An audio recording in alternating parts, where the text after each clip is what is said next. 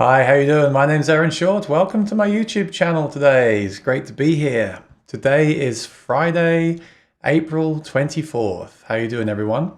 Please let me know how you're doing and let me know what you did today, what you got up to today. Did you do anything constructive or productive? What did I do today? I've been messing around with the room. I'm still getting my room ready, trying to upgrade the room in here. So I've been working on that. You can see some cables behind me. In fact, maybe I'll go in and get rid of those cables like this. The beauty of live streaming, I can zoom in and move around. There we go. So today I'm going to talk about Maton guitars. Should be a cool subject. They're really great guitars made famous by, well, I would say made famous by Tommy Emmanuel. Maybe I should say made very famous by Tommy Emmanuel.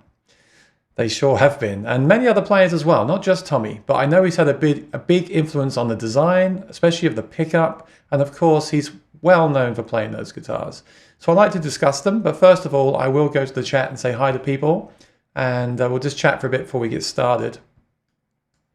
So Patsy Smith, thanks for joining me, says nice music. So I made that music with Band in a Box, and I'm working on some different themes for the channel, so you have something different to listen to each time. Maybe some video as well, I haven't decided yet, but I want to make the intro screens fun. Feel free to jam along. If you play guitar, then you can always play along to the tracks. It says, I walked 10k steps and weeded the garden. Well, that's good. I wish, I miss going out into the garden. That'd be a great thing. I look forward to going outside again, I must say. So Maton guitars. They're Australian, and after this video is posted, after I've discussed them for a little bit in the Hangout, I'm going to post a demo of the pickup in my pickup series. So if you haven't seen those, please do check them out, and please do subscribe to the channel. I have a whole playlist on acoustic guitar pickups.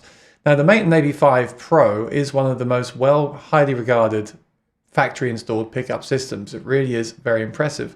And as I was discussing with Doug Young the other day about pickups, I said to him, one of my favorite combinations is an undersaddle pickup and also a microphone. That's exactly what they do. And I will show you the system as we go along. I'm going to show you the guitars, but I just want to go over to the Wikipedia page, because I know quite a lot about the pickup system. I don't know much about the company.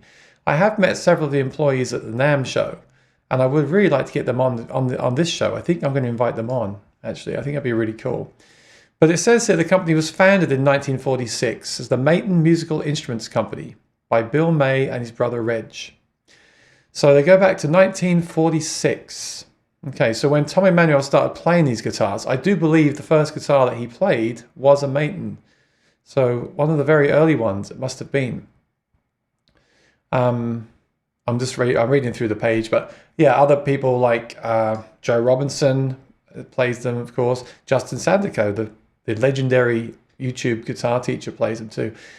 And they are also Australian. So these are Australian guitars. And you can see there who else uses them. Ben Harper, Jack Johnson. I think Jack Johnson also uses Cole Clark guitars. Cole Clark guitars were actually designed by one of the founders of the Maton pickup, the AP5 Pro, left Maton and created the pickup for Cole Clark. So there's kind of a relationship there in a way. So what's my experience with these guitars? Like I said, I'd like to get someone on from the company to discuss the history. I'm sure it's full of awesome history. Bands like Crowded House use these, and just the Tommy stories alone must be incredible. But my experience with these guitars began, let me think about this. I've had several. The first one that I had, I think, was the Mini Maton. The Mini Maton. Let me bring it up on the screen. It's the diesel one, the diesel version. And it's a very small bodied travel guitar. But it's very cool because when I had mine, it had the AP5 pickup.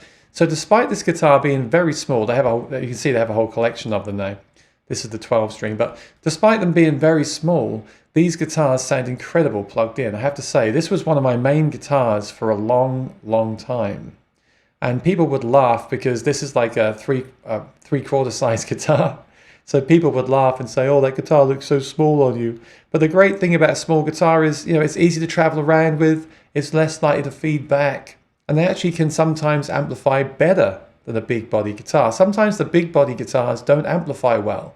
You need a small body, and it's also more comfortable to play, of course. So I really love these 3/4 size Matons. They're really awesome. And I still like them now. I think now they actually have them with the microphone in too, which would be interesting to try. And there's the specs on there.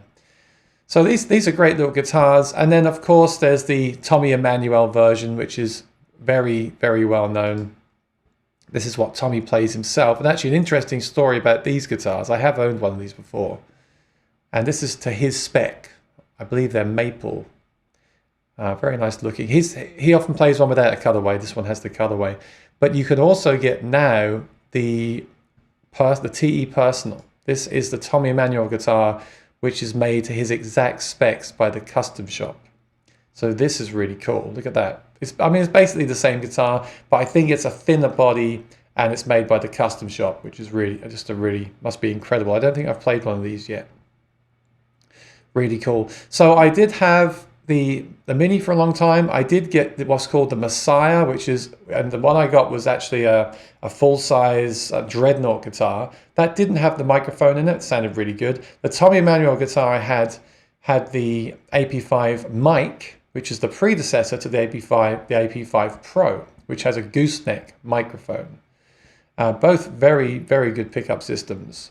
And I'm going to demo the pickup system during this video. And as I said, I will be posting an actual dedicated review of just the pickup later on tonight. So please do subscribe.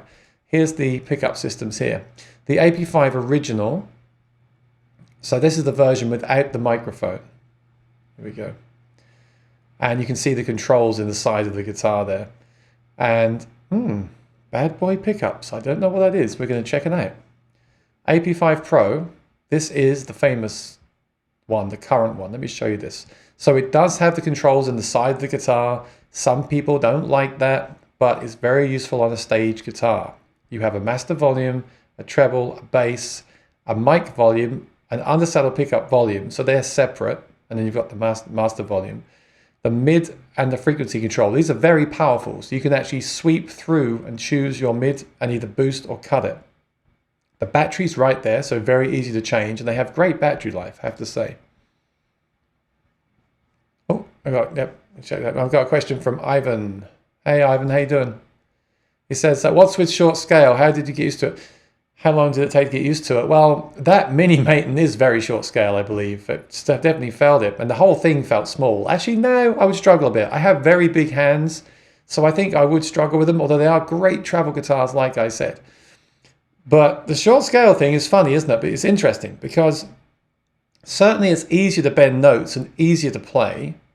And then when you go back to full scale, the longer scale guitars, they can feel like they're harder to play, but they also kind of have a more punchy sound, I feel. So I'm really torn between short scale and regular scale. I like the ease of play of the short scale, and I like the full body tone and projection and punch of the full scale. I don't know where I feel with that, how I feel about that. Also, the nut width on these guitars is slightly smaller than 1 3/4, but that's okay. I actually find these guitars incredibly comfortable to play. I love the neck. I love the feel of them. I think if you haven't tried these before, you definitely should check them out. But let me show you the pickup system, because this is obviously one of the things I'm most attracted to. So this is actually useful information as well. I like to find out exactly what the controls do on a pickup system, just so I know. So the mic input from the internal microphone, adjustable 0 to full. So what you can do is you can actually bend that microphone inside the guitar. You can reposition it, and you can have it either pointing under the bridge or out of the sound hole. Obviously out the sound hole may give you some more feedback and will give you a different tone. So you want to experiment with the position of the microphone. The pickup volume is independent. Now, I wouldn't advise you to use the mic by itself. It's not going to sound like a microphone outside the guitar. It's not going to sound like a studio, and I'll demo that later on. It sounds quite honky, and it's really there to complement the undersaddle pickup, not to replace it. Something worth remembering. Now, the bass control. This is interesting. What I find fascinating about guitar pickups is that all the frequencies of the different settings vary greatly. And I believe you need, well, I feel you have to know exactly what each control does to get the best results from it. So the bass control on this system is 16 decibels. That's quite a lot. That's quite a big cut. boost or cut, starting around 250 hertz. So that's really powerful. I didn't actually know that, 16 decibels. That's a lot. So you can really cut or boost the bass a lot with that control. What I tend to do is lately is I tend to cut around certainly 80 and below. There's nothing really, there's no sound there. I tend to cut 100 to 120 and then use the bass to change it again. I use kind of 2 bass controls on my guitar. Now here's the most interesting thing. I find this absolutely fascinating. The treble control is 6 dB boost or 12 dB cut. So they're not allowing you to boost this by 16 dB. They're actually limiting you to 6 decibels. I guess they don't want you to boost it too much because of the microphone. So 6 dB boost or 12 dB cut. So you can cut a lot of the treble around 2 kilohertz, 3 decibel point. So 2 kilohertz for the treble. Okay.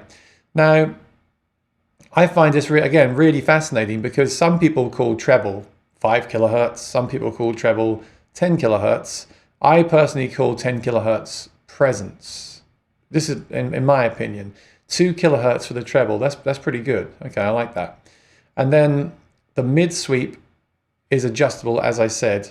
So it has 600 hertz to 2.4 kilohertz. So that kind of crosses over the treble control because the treble control goes to around 2 kilohertz and the sweep can be set to around 2.4. So you could actually set them to the same frequency or roughly the same kind of area and adjust from there. Or you can use them, that's very powerful. You could also use the mid sweep just around 600. So you can really dial in the mid range of this. I like it. It's really flexible and you can get some really interesting sounds between the mic, the undersaddle, and all the EQ options. You can get really different sounds, and I'll try and demonstrate that in a second. Hi Eric, how you doing? Eric says, I've been eyeballing an SRS 808.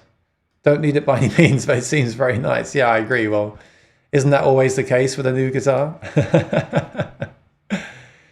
So I believe that's the road. I mean, I'm not an expert on Maton guitars. I just like them. I like the pickup. So I'm really here to talk about the pickup. But like I said, I'd love to get them on the channel to talk for an interview. It'd be great if I could get someone from the company to do an interview.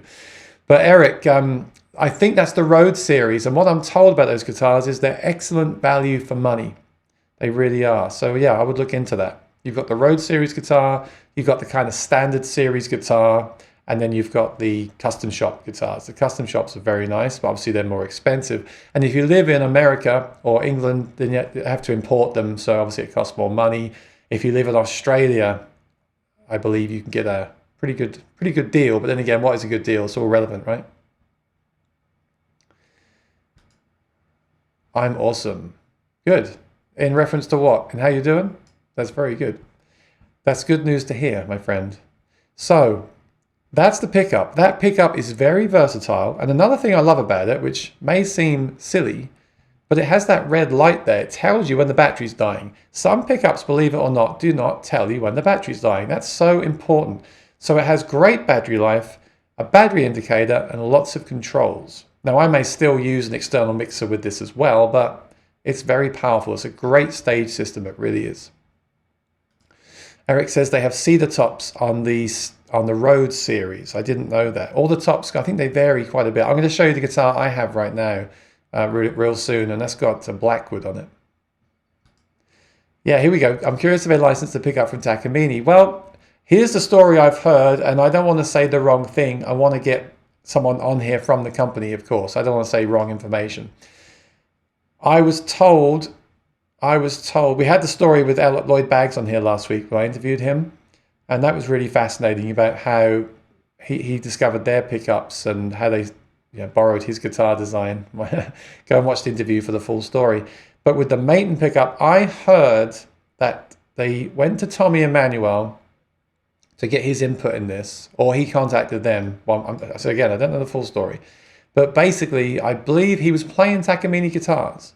And I think he used the Takamine idea as an influence for this pickup. They both have the same kind of built-in pickup into the bridge, like a huge piece of metal, which is all one piece. There's no actual saddle. The saddle is the undersaddle pickup. So it's not easy to retrofit these into other guitars, although I've heard stories of people doing it. But that's the idea behind this system and why it sounds so good. And you'll hear when I play the undersaddle by itself, it's incredibly good. For just an undersaddle, it doesn't really break up. It's pretty amazing. And then the microphone adds the kind of ambience and the body sounds if you want them. It's very cool. So I love the controls on this. They're very, very flexible with the 3-band, with the mid, the bass, and the treble, and then the blend of the two. You've got, like I said before, you've got a lot of options here. It's very cool. So let me show you. I told you the two guitars that I used to play, and then what happened was I recently got a Nashville. The Nashville guitar is basically the diesel guitar that I showed you, but it's a, let me just bring it up on the screen. It's a bigger version, and it's Blackwood. So it should be under here. Oh, I gotta find it, hang on. If not, I'll just Google search for it. No, this isn't the one. But the Nashville guitar is Blackwood. Hang on. Maton Nashville. And there's a cutaway and a non-cutaway. I want to bring up their own website. All right. Oh, what was that other pickup I found? I must look that up before we move on. I don't know what that was. Oh, so where is it?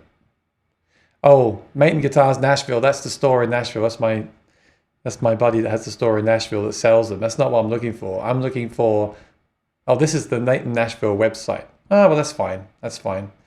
Let me find the, is there a search? Yeah. That's confusing when there's a store called Nashville and there's also a model of guitar called Nashville as well. Let's see if this comes up. Yeah, if you own or have owned a Maton, please do let me know. Please join in. These are the guitars. I think they look great. And like I said, it looks very similar to the Diesel Special 3/4 size guitar, but a bigger version. And you've got the non-cutaway, which this one here looks incredible, doesn't it? Look at that. Absolutely amazing. And then you've got the cutaway. So mine's a cutaway. I just want to bring up the specs before I show it to you.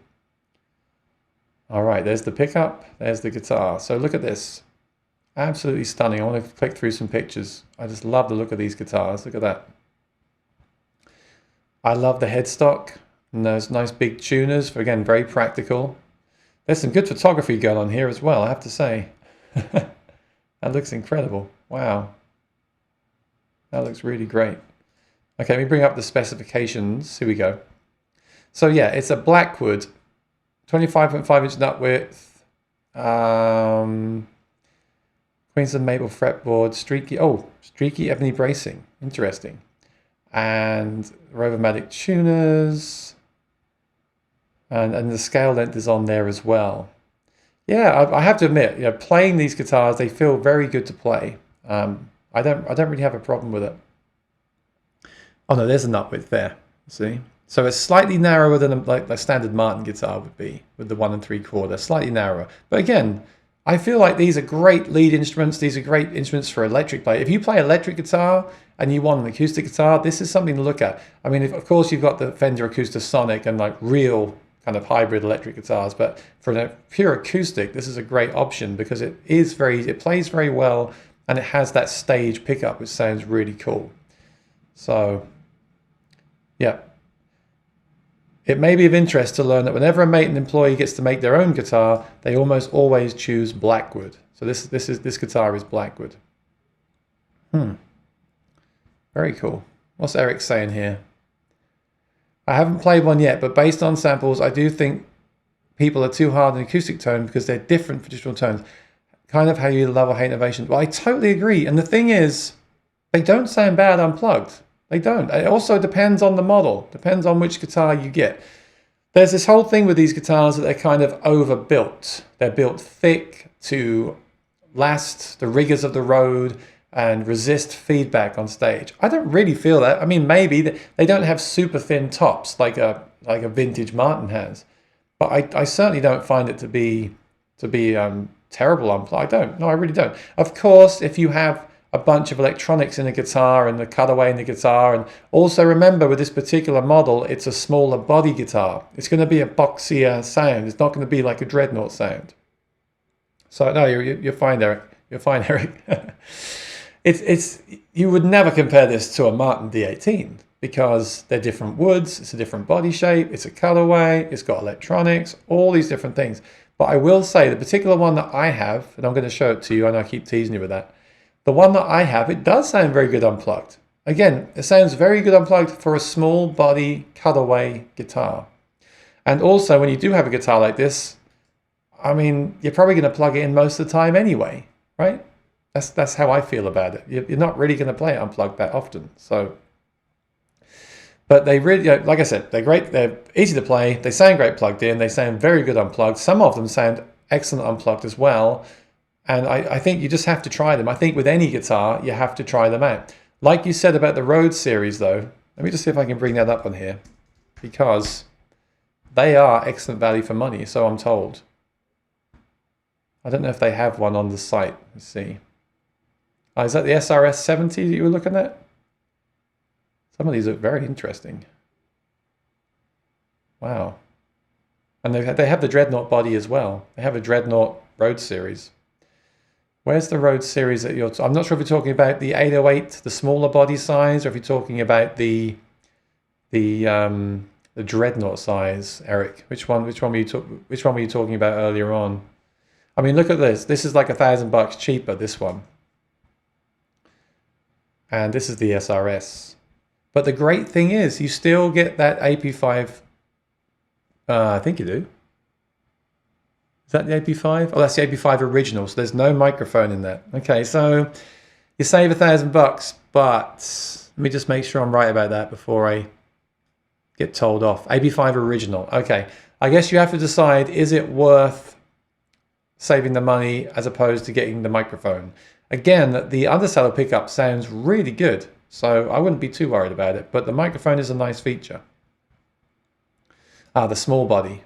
Right. That's the SRS 808. Just in case you don't know, 808 means that kind of smaller body size. I love it. It's a really nice size. That's what Tommy Emmanuel tends to play, although he also plays a Dreadnought as well at times. Okay, awesome. There's just one more thing. Before I play this guitar, I wanted to see what that pickup was. There was something on their pickup page that I saw earlier. What was that? Let me just find that again. No, this is the Nashville page. I'm gonna go back. There was something written there. I was like, what is that? Here we go. Bad Boy pickups. Interesting. Oh, it's their electric guitar. It's their electric. Okay. A versatile humbucker. After countless hours of research development, the Bad Boy was born. Very cool. So that, yeah, they have electric guitars as well. Not as well known for these guitars, but they do make electric guitars as well. There you go. That looks really nice, actually. That looks really cool. Wow. Okay. All right. So let me show you my guitar. Let me just grab some water. Cheers, everyone. Thanks for watching. Please subscribe if you haven't. I really would appreciate it. And let me just get rid of this web page here and come back to my main page. There we go. Yeah. Cheers. I want to show you this guitar. It really is a great guitar. It's the one that I was playing up until very recently, obviously. And you can see it. Can you see it behind me? Don't worry, I'm going to grab it. I'm going to grab it 1 second. I just want to make sure I'm up to date with the chat and everything. And I've got all my things on the screen before I do that. Okay, here we go. Oh, I want to run this one. Awesome. I got a new ticker on the screen. You like that? All right, let me grab this guitar right here. I need to make some transitions. So when I go to get the guitar, it kind of like all this fancy stuff happens. Jazz is now. I've used my Maton on stage. Oh, sorry, can't see that. 1 second.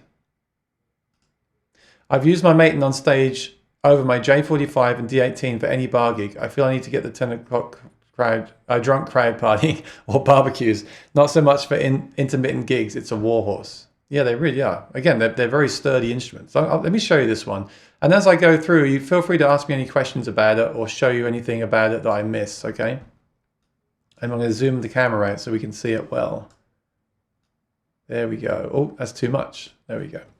Right, so this is the Nashville cutaway. So let me just reposition myself. So I love the sunburst on these guitars, and I love the cutaway. Again, someone said last week, should I get cutaway or not? Well, if you don't use a cutaway, don't get one. If you do use a cutaway, then get one. Also, it depends what you like visually. Do you like that visually? Well, I think that's great. Really, just a great looking guitar. I love the size. I'm like 6'5", so I don't find them too big. I don't find them too small. It's just a really nice size. I love the sides of the guitar, the back and the sides. Look at that. They just look awesome. They just look gig ready, and they look well built, and just really great. But of course, the most important thing is how do they play and how do they sound. But let me plug in the pickup. I'm just gonna mute the guitar when I plug this thing in. So the jack is on the bottom. Very easy to plug in like this. Right, I'm going to go through some sounds. Let me just reposition this. I want to go through some sounds and show you what this thing sounds like. I'm going to move back as well. And what I'll do is, as I go through the sounds, I'm going to mute the microphone. So you won't hear the microphone. You'll only be hearing the pickup direct. And just check out how good this thing sounds.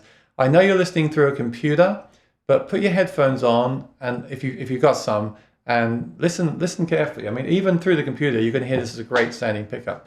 So the first thing I'll do is I'll put the microphone on 0.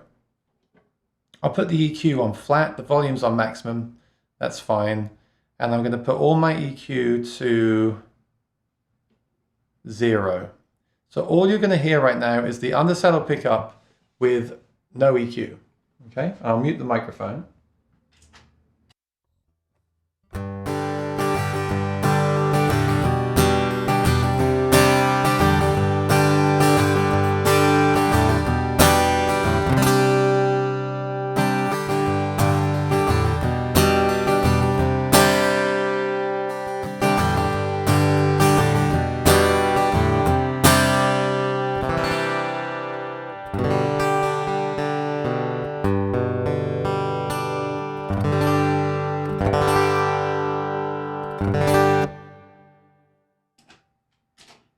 So that is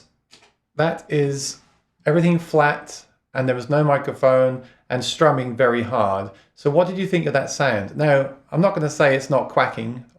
Again, I don't want to use that word, but we've been using it, so I'm going to use it anyway. There is that plasticky quack sound. Not as bad as some, and it is a very fat, rich sound, I feel, but you still have that in the high end. So what they do is they give you the microphone to roll in, and then that will kind of disguise that sound in the high end. So let's try that. But before I do that, I'm going to play the microphone by itself. And this doesn't sound good. This isn't meant to be used by itself. So I want to just let that be known first of all. So I will show you. I'm going to bring the microphone up. And I'm going to play just the microphone. Check this out. And the microphone right now is positioned under the saddle here.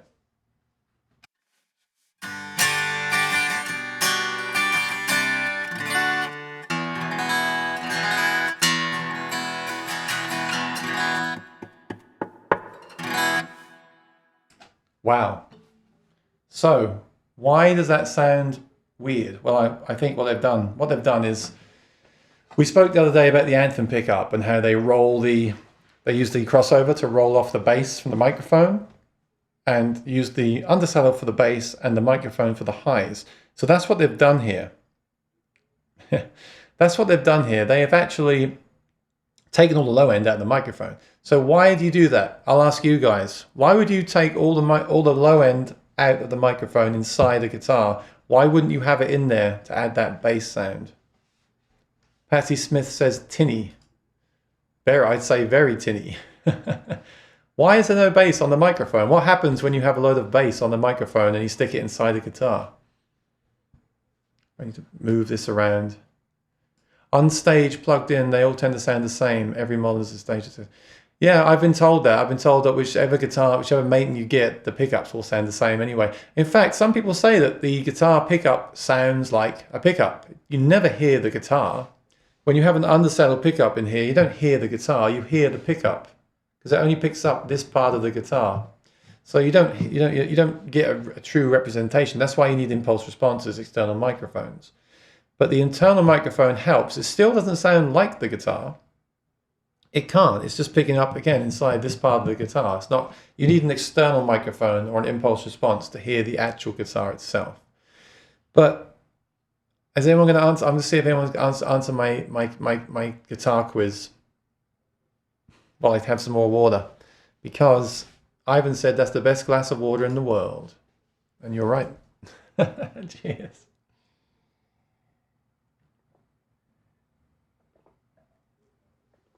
Oh, got to stay hydrated. So, the reason they've EQ'd all the low end off the mic, and this is really good information if you're setting this system up or a system up to know, if they didn't, you would just get feedback. It would just go, you'd have feedback. So, the microphone in here is for the high end and to complement the undersaddle. And again, the undersaddle does sound very good. It really does. But let's see what happens when we put the microphone on top of it and then explore the options that we have. And by the way, my pickup reviews are not this in-depth. So the pickup reviews are just more of an overview of each pickup and how I found them to be at gigs. And with a quick demo, this is more kind of in-depth because I want to explore this with you guys on the camera in real time. So what I'm going to do now is I'm going to do 50% undersaddle and 50% microphone. Actually, no, I'm going to do 3/4 undersaddle and 50% microphone. Let's see what this sounds like. Again, the vocal mic is off. You're only hearing the guitar straight through. Is that Jace's now or Jazz's now? I'll say Jace. Low mic sounds are a feedback magnet. That's right. That's right. Low end, low EQ, low frequencies through a microphone just feedback. Now high frequencies will as well, but not in the same way. So here we go. I'll mute the microphone.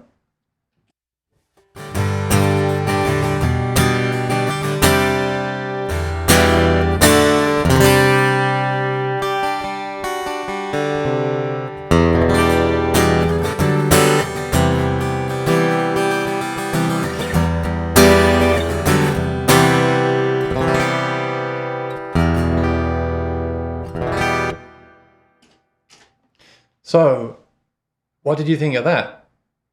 I felt like it was much better. I'll get to that, Ivan. I'm going to cover everything today because I really want to explore this pickup.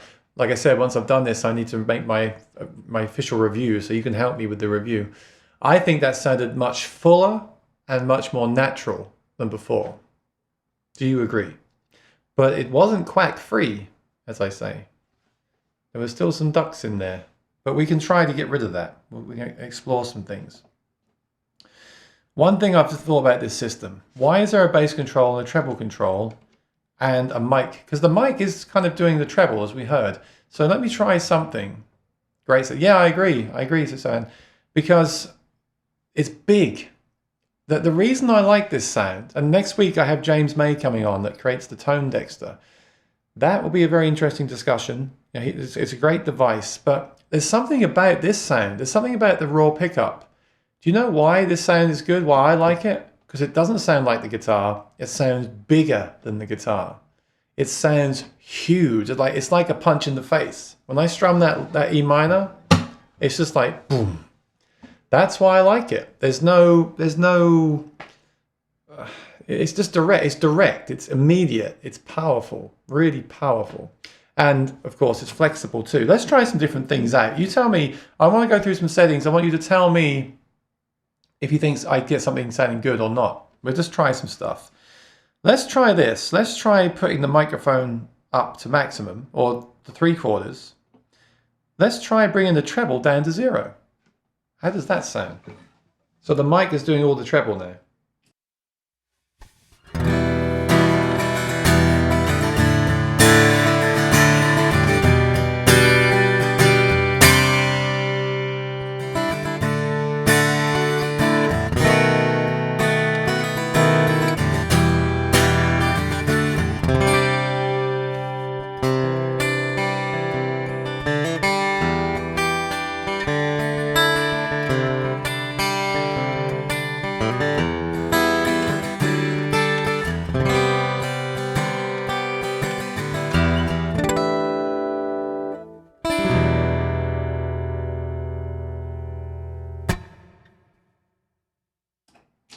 What did you think of that sound?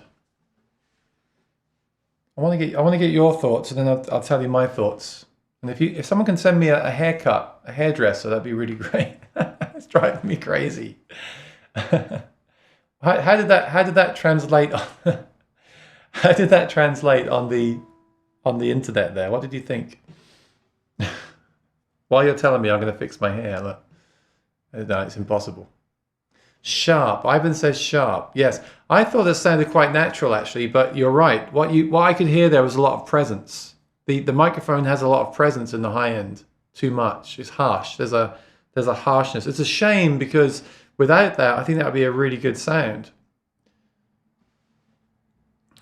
Joe King Care says sounds kind of like a chorus effect. No, that could just be the sound of the mic and the pickup and the way some phasing. I'm not sure, but I feel like there's a lot of presence in the microphone. And one thing to remember, actually, this is a really good point. If you're going to get one of these guitars, the EQ doesn't affect the microphone. The EQ only affects the undersaddle pickup. All right. So whatever you change on the system will not affect the mic. Yeah, I thought it was a good sound. Alicia says amazing. Thank you. I agree. I think that was a really good sound, but there was something about the high end. Now what you could do is you could plug this into another mixer, a mixing desk, and you could then EQ that sound. So you're not stuck with just this sound. This sound is really for people that want to plug in on stage direct and just play.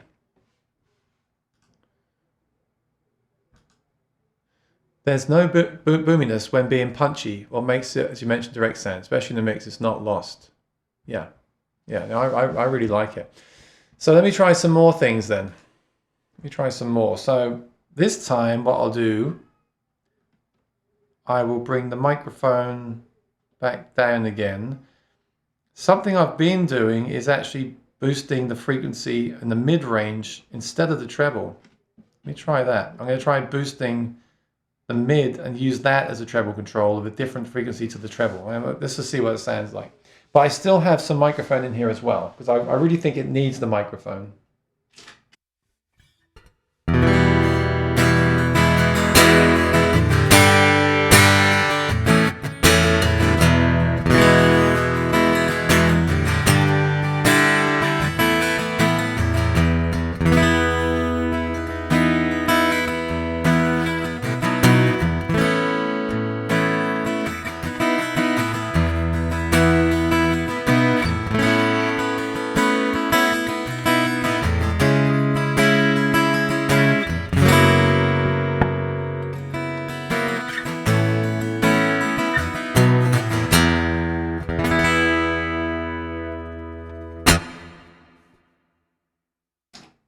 What did you think of that sound?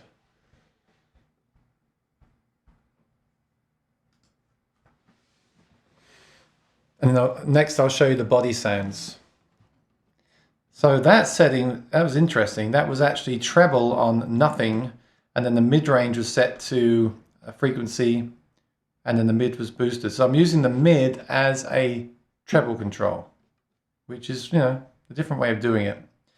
So I can choose the exact frequency I want as my treble and then use the microphone with that. That was like 50% mic and 75% undersaddle. They each have a control 0 to 100%. So I think I like that a lot. That's the sound I've been using live. That sound into a PA. And I got to tell you, I'm using a very thick pick here, this plectrum pick, whatever you want to call it. And I'm really laying into it. I'm really driving the guitar. So most systems would not handle that at all. They would just quack and die, and they would not like that strumming. I mean, yeah, you can play soft as well, of course. I feel like any pickup sounds good played soft, but when you really drive them, that's when you really find out if they can handle that situation.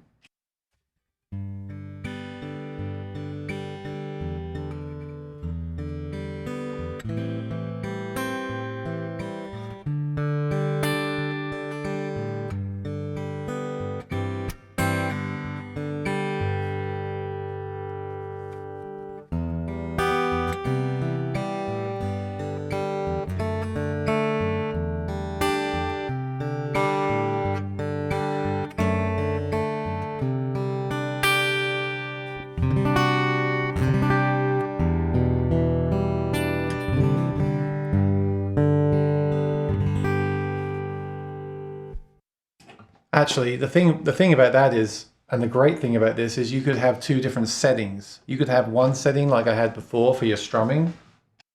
And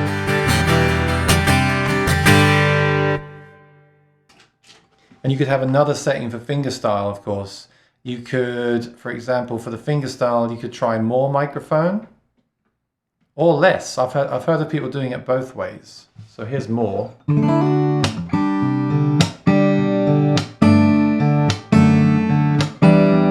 Oh, the mic's on. Sorry. In fact, that was just the microphone.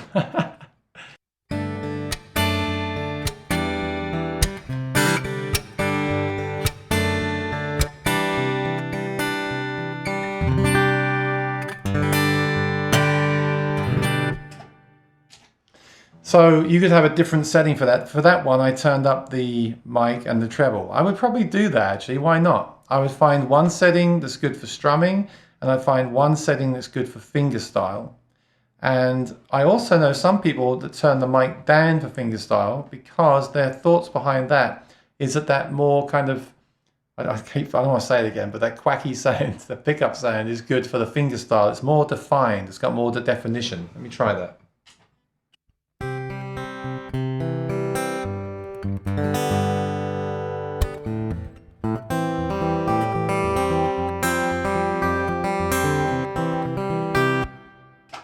I just don't like the sound of the pickup by itself, and I've heard it with the mic. It just sounds so much better. Let me bring the mic back up.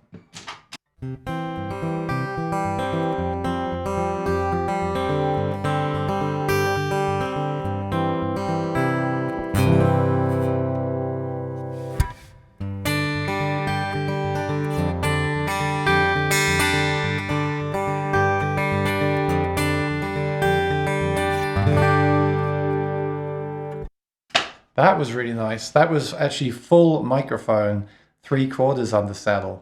So that could be good for fingerstyle. Again, depending on the song you play. If you see someone like Tommy play, he kind of adjusts as he plays for each song. I mean, I mostly do strumming with a little bit of fingerstyle, so I would find a great strumming sound. And of course, you can use pedals and effects with this as well. And then I would also find another sound for lead or fingerstyle, because obviously you want different sounds for that. When you play fingerstyle, I often take the bass away, just so it doesn't get muddy, right?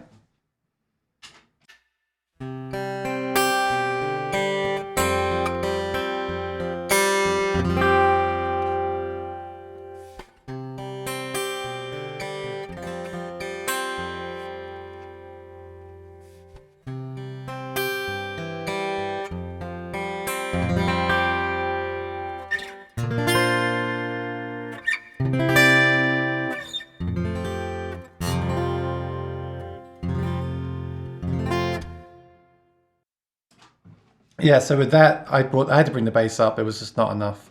But you can really dial it in. It's very versatile. I love it, and it looks nice. It doesn't look ugly, right? It kind of suits the guitar really well. So let me come to your comments.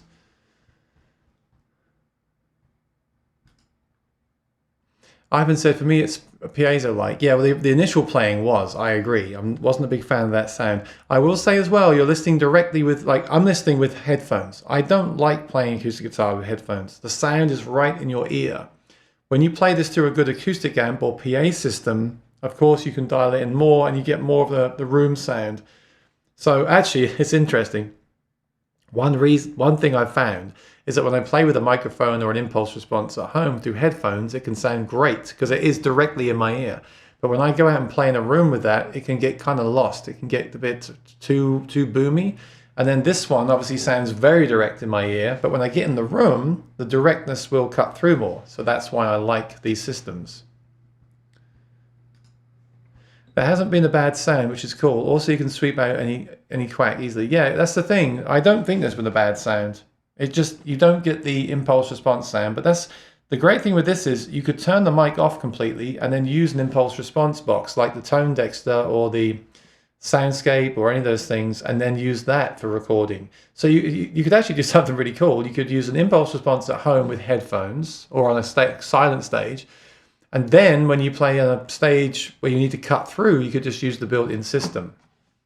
It's very versatile. I like that. Why not use the best of both? I do it with electric. Why not do it with acoustic? I own and play... Oh, Rusty, how you doing? I own and play a Maton EBW 808. Very well made, delivers everything promised. Yeah, I tell you what, there's a lot of fans here. There may be a lot of fans in here because I posted this in the Maton Facebook group, but, you know, why not, hey? They're great guitars. You do want to make sure you get the right truss rod adapter, because they do have a unique truss rod tool. And you can get the sound hole plug, but despite Tommy Emmanuel blocking his off and cranking the mic. Now, if I crank the mic, it would feedback for sure. But the kind of levels I use this at, and with the settings I use, I haven't needed a feedback buster. But you can get them. They make one that fits this sound hole and it has their logo on it. So I would definitely recommend getting one of those just for emergencies. Now, one more thing. Oh, Rusty says, I often use it with the Bag Session, thicken up the tone. Yes, the Bag Session is a good pedal. It uses kind of analog distortion like they use in a recording studio, and it does thicken that sound even more. And so will the soundscape. The soundscape will probably, that's what they're promising, take this and make it sound even better. But we will see when we review it on the channel. So someone said about body sounds. All right, here's the thing, right? If there's no microphone, what's going to happen? There's no microphone here. I'll mute my vocal mic.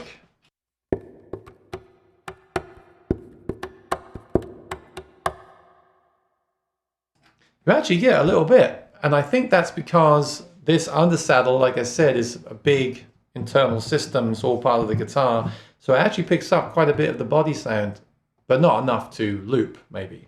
So what you can do then is you can bring the microphone. That was microphone at 0. I could bring the microphone up where I would have it, which would be 50% at least, maybe a bit more. And now if I do that same thing again,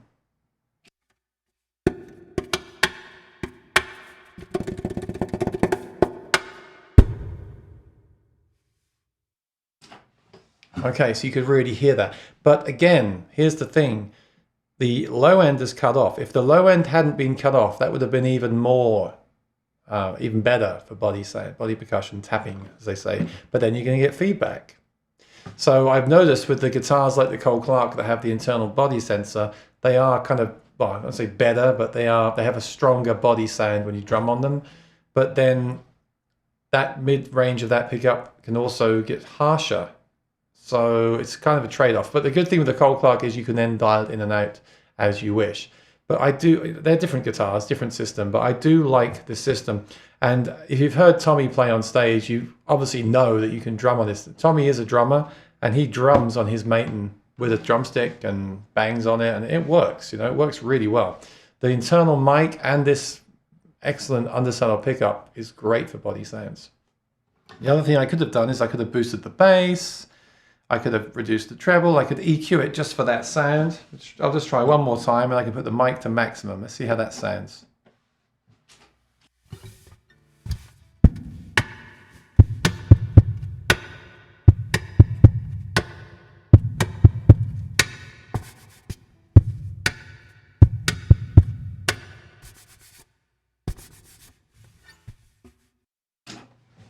Actually, did you hear that scrapey thing I did? I actually, when I loop, I use that as well. What I do is, because this is a satin finish on this particular guitar, you can see it's starting to shine up where my arm rests. But the great thing with the satin finish on the microphone is if you do this, you get like a shaker sound.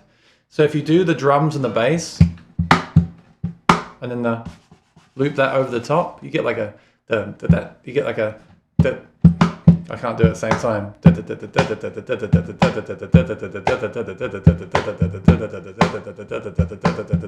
You get that through the loop pedal. And that can say, actually, can I demo that? Yes, I can. Let me try. Don't judge me here. I'm going to try and do this live for you.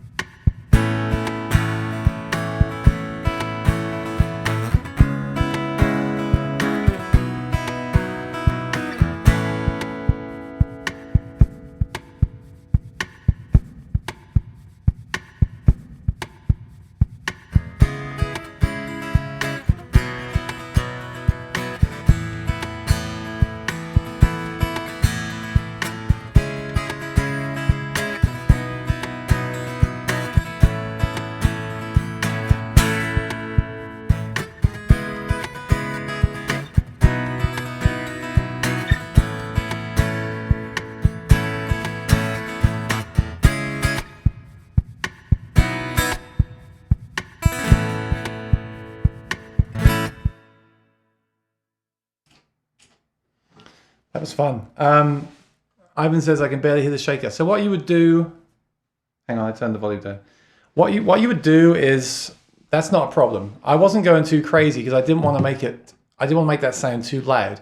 What you can do is on your pedal, because I'm using a Helix down here, you could assign a volume boost. That's what you need to do. When you do the drumming, you want to add, say, 3 decibels or something, or even set your volume, because I had the volume at maximum. So you might set your volume to 50% for strumming, and when you do the rhythm stuff, you put it to 100%. That way, when you drum on the guitar, it's going to be louder. And then just remember to put it back to 50 again for when you strum. That way you'll balance it out. This is important. If you haven't got a sound engineer, you have to do this yourself. Especially with looping, you have to remember with looping that you need to make every level just right. Because some loopers allow you to adjust the level after the fact. But if they don't, then you have to do that yourself as you record it. So what I would do if I did this again, what I would do is I would boost the guitar to 100% for the drumming. Then I would bring it down to 50%. Well, no, hang on. For the shaker, I would then boost it again from my pedal board with a clean boost, maybe another 5 decibels for this, right? And then I would turn that boost off and turn the volume down to 50% to do the strumming. And then you should have the right level. That's something you have to experiment with yourself. And an interesting thing to note is that I've seen some guitarists, and again, I keep saying Tommy Emmanuel, but of course he's the gold standard with these guitars. He's actually sanded this down so it's even rougher, and he can get a really scratch, like with his fingernail. That's the thing. I mean, these guitars to be played, but I don't want to scratch this thing apart. But if I use my fingernails and really dug into this, I could really get some scratching sounds going. But what you can do is use volume, because if I do this and I boost the pedal, the volume by 10 dB, that'll be a loud sound, right? So you can make these sounds as loud as you want. I do think there's a lot of body sound here, and I think it's up to you to EQ and use volume control to really get the most of it as a solo musician, for sure. If you're scratching, you've got to be prepared to sacrifice the guitar's finish. Yeah, well, I'm not scratching, I'm rubbing. I'm just rubbing. Sandpaper. Yeah, but let me show you. I can do it with volume. Let me see. Oh, there goes a plane again. I'm gonna do this. This is how you do it, right? You go. I'll show you the desktop here.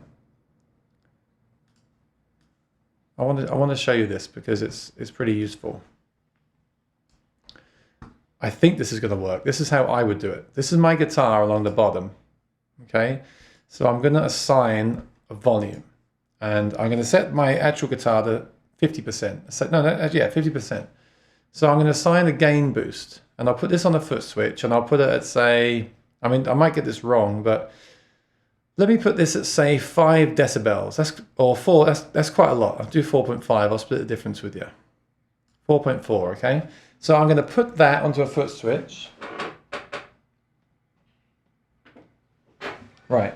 Now this is what will happen when I turn the volume on the guitar to maximum and drum. I get that sound. I'll just have to mute it, and then I'll turn the gain on. I'm going to try this again.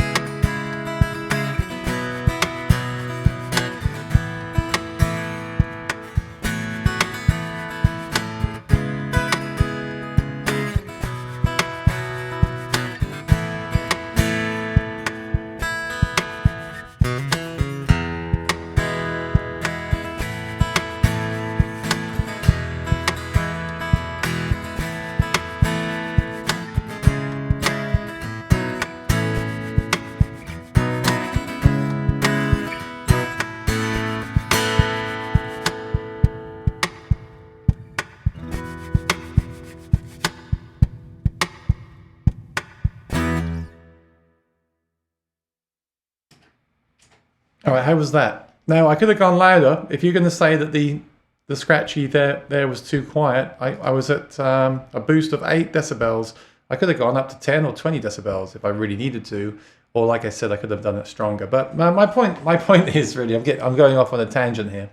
My point really is that it does do body sounds. It does them nicely. The thing about this system is it's very natural. I'm not sure what the word is. I think the word is organic. When I strum, it seems to compress in a nice way. It sounds musical. When I want to drum on it, I can. It sounds nice.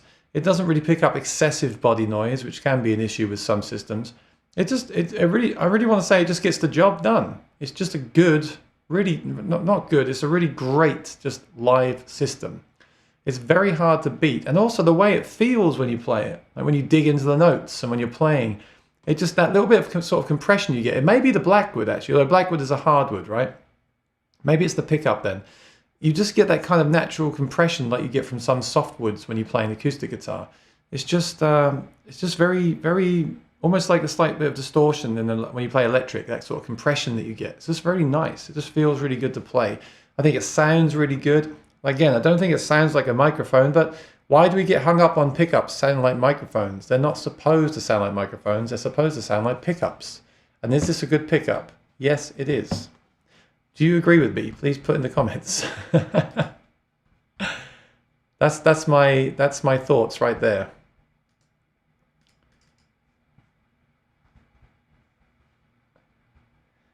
Rusty said you could put sandpaper onto the top. Yeah, you can. You can. I know a friend of mine has a metal can lid on here, and he drums on it. It sounds like a drum, and that's just an undersettled pickup. It's not even a microphone, as far as I know. So there's lots of things you can do to enhance those sounds as well. But yeah, that is basically that's my honest thoughts.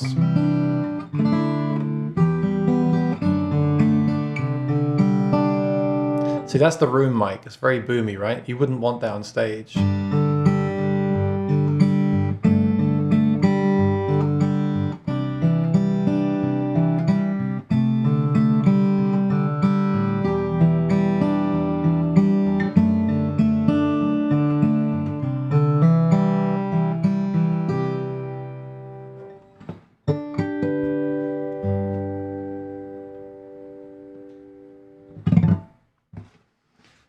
So, you put this one down. Hopefully it won't make a noise if I unplug it. So there you go. I'd love your thoughts. I'm going to post tonight or tomorrow. I'll be posting my official pickup demo. I'm up to about number 16 now of my pickup demos. Absolutely crazy. But I really have played some great ones, and this is up there with the best of them. It really is. Ivan says, what do you expect from Maton? Always great and pricey. Well, not necessarily, because you can get the Road Series. You don't have to get this one.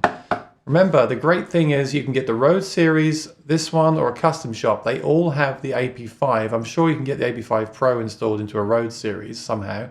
So you can get that great stage sound from any of their instruments. I would highly recommend that. And then if you like them unplugged, well, that's just personal preference. I think they sound great unplugged. But most importantly, they play great. They sound great plugged in. How about having, say, a Maton Pure Acoustic for recording, and a Maton like this for your stage and your travel? Oh, and of course a Rain Song carbon fiber for going to the up in the mountains in the snow. But you know, those 3 guitars would cover you, wouldn't they? You don't need to worry about. That's one option I'll put out there as I do a lot of guitar pickups on this channel. Why not, rather than go on this endless rabbit hole of looking for the ideal pickup for your guitar and your playing style, why not just get one of these and use this for plugging in, and then find a guitar you love unplugged for that? Why do we search for a guitar that sounds amazing plugged in and unplugged and everything in between? Very hard to find, very hard to get no compromises with an instrument. It's just something that's not my true feelings, but that's, you know, of course I still look for the ideal pickup. There's something to bear in mind, an option you could pursue if you want to. You don't have to look for the ultimate all-in-one. You can always have 2, one for stage, one for recording. It's a nice option, I think. Well, thank you so much. I think I covered a lot. What I'd like to do is, like I said, I don't know a ton about the history of the company. I've met a lot of the employees, and I've met the head luthier there, and of course I've seen Tommy play a bunch of times. I'm going to email Maton and ask him if one of their employees would like to come on here with me on Skype and talk about the history of the company and the development of the pickup. That would be absolutely amazing.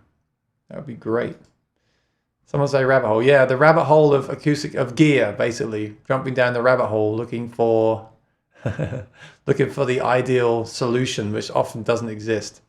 So yeah, I'm going to reach out to Maton. I'm going to say, would you like to come on here and discuss the history of the company, the history of the AP5, as it's quite an iconic system. And I'll let you know if they say yes, but I hope they do. And if you haven't already, please do subscribe, because next week I have some awesome Wrong one. Next week I have some awesome interviews. Next week I have... Are you ready for it? Do a drum roll, please.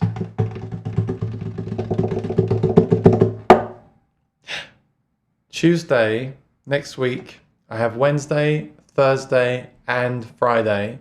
And I have no other than... Can I say it yet? Is it 100% confirmed? It's 99.9% confirmed. Chris Martin of Martin Guitar, CF Martin, on Wednesday. I cannot wait for that. I'm a huge Martin Guitar fan. And of course, the history that goes behind it. And he knows everything. I've seen him talk for hours about the guitars, and it's absolutely mesmerizing. So please join me, because you can also ask questions as we go along. And that would be a great thing. He's going to be joining me over FaceTime. We'll talk about the history of the company. I want to talk about his thoughts on pickups as well. What does he think about acoustic guitar pickups? Obviously, with a Martin guitar, they're more traditional instruments. They're thought of more as playing on recordings, playing in studios. Now, people do play them on stage. I have done myself. They sound great with the right system, but a different approach to the Maton, and a lot of great history around them too. So I can't wait for Chris Martin. Also going to have James May, who created the Tone Dexter, discussing his product. And that's a really interesting thing as well. If you've heard of the Tone Dexter, that's a great option. You can even use it with these guitars to recreate the sound of an external microphone. And that would be a good test to do on here one day, to play through an impulse response like the Tone Dexter or the Aura, and then compare it to the built-in microphone. That would be a nice experiment. I might do that if I get enough interest. Hi Joe, how you doing? Oh, from Milan, Italy. I hope you're doing well out there, my friend. Thanks for joining me. I really appreciate it. There's nothing I like more than discussing acoustic guitars and gadgets, namely pickup systems. Who else do I have next week? I have 4 guests next week. I must mention them all. Friday, I should have Joe Bentavegna, who is the CEO, the head of Yamaha Guitar Group. Lots of nice guests next week. We've got Yamaha Guitars CEO, we've got Martin Guitars CEO, we've got the Tone Dexter, covering that. And we've got someone else as well who I've completely forgotten about. Sorry about that. I'm sure we have 4 next week, possibly 5. I might have Monday, Tuesday, Wednesday, Thursday, Friday next week. And they're all really, really good guests. So do join me. Please do. Please subscribe and share this. If you've got friends that play acoustic, please share this with them, because it's always nice to have new people here to join in the discussion. Thank you, Rusty. I really appreciate it. Thanks, Aaron. Great stuff every time. Looking forward to upcoming interviews. Yeah, I tell you, next week, I mean, not to dismiss the interviews I've had them amazing. Like Lloyd Baggs and everyone that's been on here. It's been absolutely amazing. But next week is going to be a really, really good week for interviews on this channel. So please subscribe. Come and join me, 4 p.m. EST, and you'll be notified. If you ring the notification bell when you subscribe, when I go live, it will tell you. Tomorrow I'll be live singing cover songs, so please join me for that if you can. But next week, the interviews are going to be unmissable. I really believe that's true. I'm getting very excited for next week. I've got, should have Monday, Tuesday, Wednesday, Thursday, Friday, 4 p.m. EST. Again, they're great because they're live. You can join in the discussion. You can ask them questions. If you come along and follow along, post your questions in the YouTube chat section. If it's relevant to the discussion, I'll throw it up on the screen and we'll ask the person what they think about it. Hey, my friend, how you doing? Great to see you. Thanks for joining us. Wow. Ah, you have a Maton, right? Oh, have you seen my new guitar? You have the Tommy. They let me play his Tommy Emmanuel. I told them I had the Tommy briefly, but I didn't bond with it as much as I bonded with this one. I love this guitar. Ask Miss Yamaha about their built-in acoustic effects for that PA. Yes, I can do that, but you have to be here. You have to be here to remind me to do it, okay? You're talking about the, I can't think what their terminology is for it, but it's the guitar where you plug it and it has built-in reverb, right? Yeah, the Yamaha guitars are incredible value for money. The Maton guitars have incredible first-party pickups, and the Martin guitars, of course, have incredible history. I bought the Yamaha last year. Love it. Which Yamaha was it? What's it called? Oh, Trans Acoustic. That's right. The Yamaha Trans Acoustic. They're really interesting. Yep, got the 808 TE. That's right. Yep. Yeah, great guitar. I remember I played yours at Cass, and I love it. I hope you and your family are well, my friend. Thanks for joining me. Please join me next week. I got some interview. I was just saying I have Chris Martin joining me. I have Tone Dexter, CEO, joining me. I have Yamaha Guitars joining me. It's going to be really great. Hopefully get some more lined up as well. And then just keep getting more. If you've got any ideas for people I should interview, please let me know. As soon as I log off here, I'm going to email Maton Guitar and say, would you please do an interview with us live? I'd love to ask some questions. I'd love to know the history of this pickup. How did they design it? How have they revised it? Why is it so good? How, of course, they can't tell us everything, but it'd be nice to get some info on it, wouldn't it? And document this stuff. The all-solid wood guitar, they call it. Yeah, the TA is Trans Acoustic. The LS is the body shape, I believe. I also like their new atmosphere system. The Yamahas are second to none for value for money. They really are. The name of your Maton. So this is the Nashville. It's an 808 cutaway. They call it Nashville. This is actually a guitar that who's the singer? Who's the Australian singer that sings the country songs? Why is my memory so terrible? Keith Urban, that's right. Keith Urban basically took the diesel guitar that I mentioned, the travel guitar I mentioned earlier, and made a big version with a cutaway, and that's the Nashville. You can get it with or without a cutaway. If you're interested in these guitars, by the way, I've often dealt with the guys at Nashville, the Maton Nashville guitar shop, which is Artisan Guitar. Google Artisan Guitars. They always have a really good selection, and I've met them over the years. They're nice people. I'm not in business with them, but they are nice people, and they have some great models. So do check them out. Because sadly, there's not many places you can buy these in the United States. So if you're in the US, that's a good place to look. And you might have to buy it online, but that's sometimes the case, right? Joe Robinson, yes, Joe Robinson plays them as well. He's awesome. Actually, I'd love to get Joe Robinson on here. Wow. Now my mind is thinking. Joe's got a 514 Taylor cedar top for fingerstyle installed the Bags Anthem. How is the fact the best amplified guitars are the Matons? A fact the best amplified guitars are the Matons. I think the Anthem gets really close. I think the Anthem is basically the same kind of thing. It's an incredible third-party system, but Maton have an advantage because the pickup is built into the guitar. The guitar is almost built around the pickup system, right? So it's going to, if it didn't sound good, there'd be a problem, shall we say. And something interesting you might not know, the Bradley Clark left Maton, I think this is right, correct me if I'm wrong. He left Maton and he formed Cole Clark. Two guys formed Cole Clark. And he developed their pickup. Their pickup is very good too.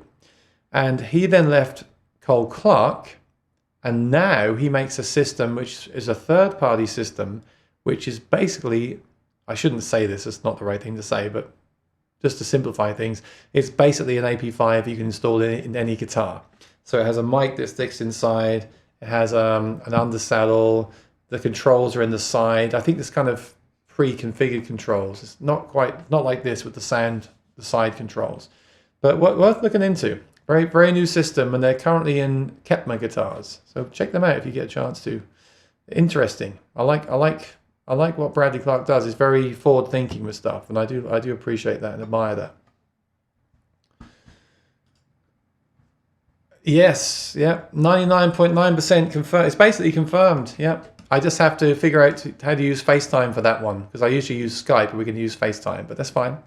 I've been practicing with that, and it's working pretty well. So that's going to be on Wednesday. Can you please tell your friends? I want to get a good crowd in for that. I want to make it worth his while, So tell your friends, Chris Martin, Wednesday. I will promote it as well. I'll put some flyers around the Facebook pages. But you can sit and listen to him forever. I could listen to him just talk. I don't even need to interview him. I could just say, tell me your life story. And he could just talk for 3 hours and I'll just sit, I'll turn my camera off and just listen with you. I just want to have that on record. But the great thing again about this format and the fact that it's live, well, aside from being very scary doing this stuff live, is that we could ask questions. So if there's something in there that you want to elaborate on, feel free to ask me and I'll put it to him. It's going to be really great. Like I said, I'm also going to ask Maton. I'm going to ask Maton if they'll come on here as well. So again, I keep repeating the same stuff. Please subscribe, please share. I really appreciate it. I love doing these. All I want is for people to see these videos because I think they're going to be really interesting for a lot of musicians. So be well. I'm back tomorrow, 4 p.m. EST. I'm going to be playing cover songs, maybe a few originals. Next week, I have lots of interviews and things lined up. So subscribe and watch out. I'll be back soon. All right. Thank you, everyone. I really enjoyed that. Thank you for helping me investigate this system. I love getting the live feedback while I do it. It's much better than just doing it by myself. It really is. Hang on. Jack the Rabbit. What time did you say on Wednesday? I'm West Coast. Okay. It's 4 p.m. EST, Eastern Time, New York time. I'm in New York City, right? So I'm not sure exactly. I don't want to tell you the wrong thing, but 4 p.m. Eastern Time next Wednesday or this coming Wednesday. So please Google what the time is right now in New York. Right now in New York, it's 5:13, so you can figure out the difference. Yeah, 4 p.m. EST. I will be posting. Look out, I'll be posting. But like I said, the great thing is if you subscribe and ring that bell, when I go live, you get notified. It says Aaron Short is live. It will say interview with CF Martin. Click on the link, bring you to the waiting page, and then you come in 4 o'clock, we get started. It's really awesome. Yes, thank you, Patsy Smith. Yeah, last week a guest was an hour early because he got the wrong time, so I don't get it wrong. Here we go, 1 p.m. Pacific. Okay, great. 4 p.m. EST, 1 p.m. Pacific. No, thank you all. This would be nothing without an audience, so I want to grow it. So please share this with your friends. Really would appreciate it. Have a great weekend. Be well, and enjoy your guitars, and I'll talk to you real soon, all right? Thank you so much. I really appreciate it. Bye-bye.